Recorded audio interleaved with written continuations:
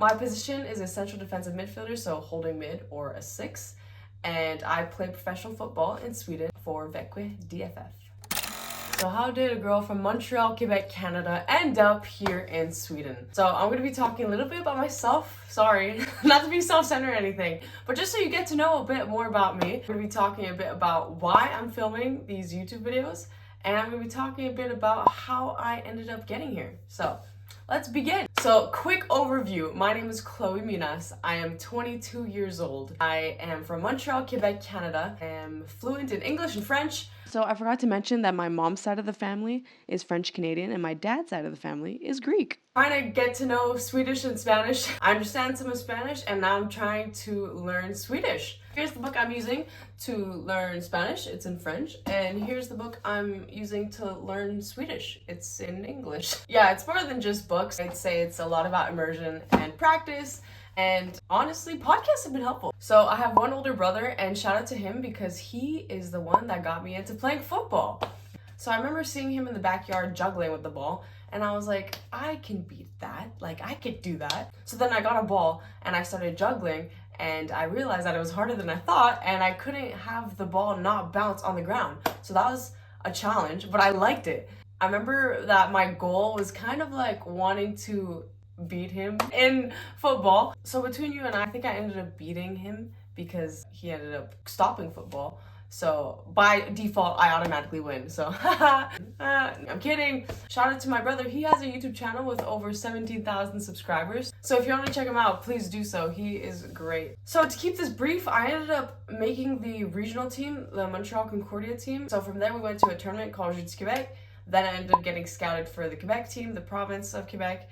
So then I started playing for Team Quebec, and then from Team Quebec, I ended up going to a national team camp with the under-20s. After, I also ended up getting scouted for the University of Pittsburgh. So I studied for 4 years in mechanical engineering with a certificate in product design, entrepreneurship, and innovation. Then I did 1 year of master's at the University of Pittsburgh while still playing in sports science. So I spent the last 5 years in the United States. Throughout my last year, I ended up looking for an agent. I knew from the beginning I wanted to go to Europe to pursue professional football, and here I am. So kudos to my agent because they're the ones that got me here. So I'm super, super grateful for them. So the reason why I'm making these videos is because I don't know about you guys, but my parents, when I was growing up, told me really, really cool stories, okay? So like, for example, my dad said he was a DJ growing up, and I believe it, but like, there's no proof of it.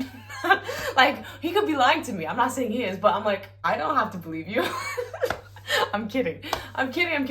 But I want to show my kids one day that I did this stuff and I'm learning through this stuff. I want to have a family one day, not now. And I want to show my kids that I was cool, okay? No, I'm kidding.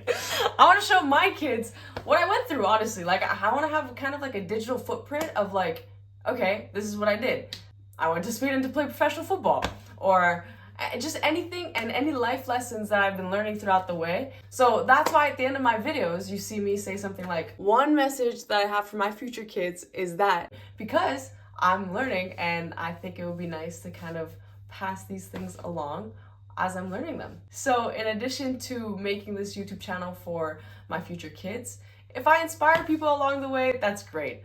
If anyone wants to play professionally, I love to be someone that people can kind of see that it's possible, especially in the world of women's football right now. So this channel is going to be a lot about fun, first of all, but also just things I find useful, things I'm experiencing, things I'm learning, and also becoming the best version of yourself. Let me show you, I actually got this as a gift. I think one of my mottos in life is to be 1% better every day. I think that might be coined by James Clear. Look at this cool gift I got from one of my close friends, Landy Mertz. But yeah, I think honestly that's my motto.